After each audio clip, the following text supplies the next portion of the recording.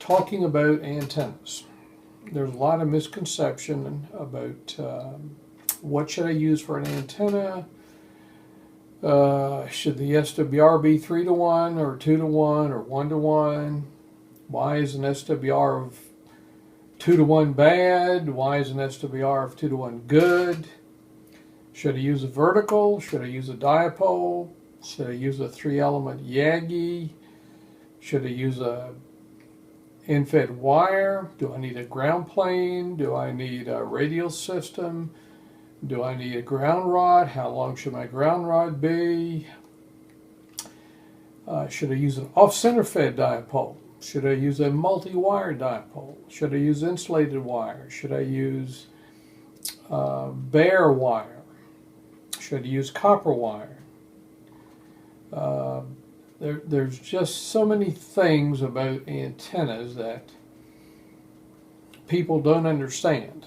And I've been studying antennas for probably 50 years, 60 years. I've learned a lot about antennas. I've studied antennas in college. I've worked with antennas on Navy ships. I've built my own antennas pretty much for the last 60 years.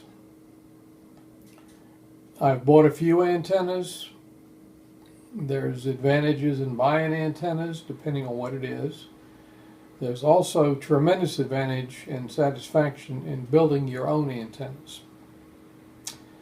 I've written a series of articles for the QCWA newsletter some years ago. I'm thinking about turning them into some YouTube videos. I've got files and files full of antenna information. I've used receiving antennas that are just laid on the ground. It's surprising how well almost any antenna can work if you pay attention to certain details, certain fundamentals, certain basics of electronics. You can be in the ballpark with an antenna and it'll work great. You can make minor changes to that antenna and you're out of the ballpark and it ain't going to work at all. A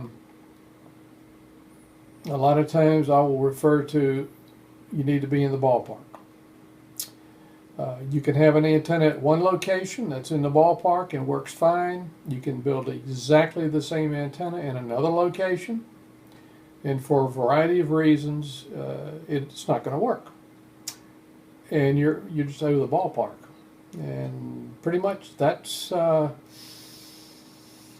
I'm going to try to work on here.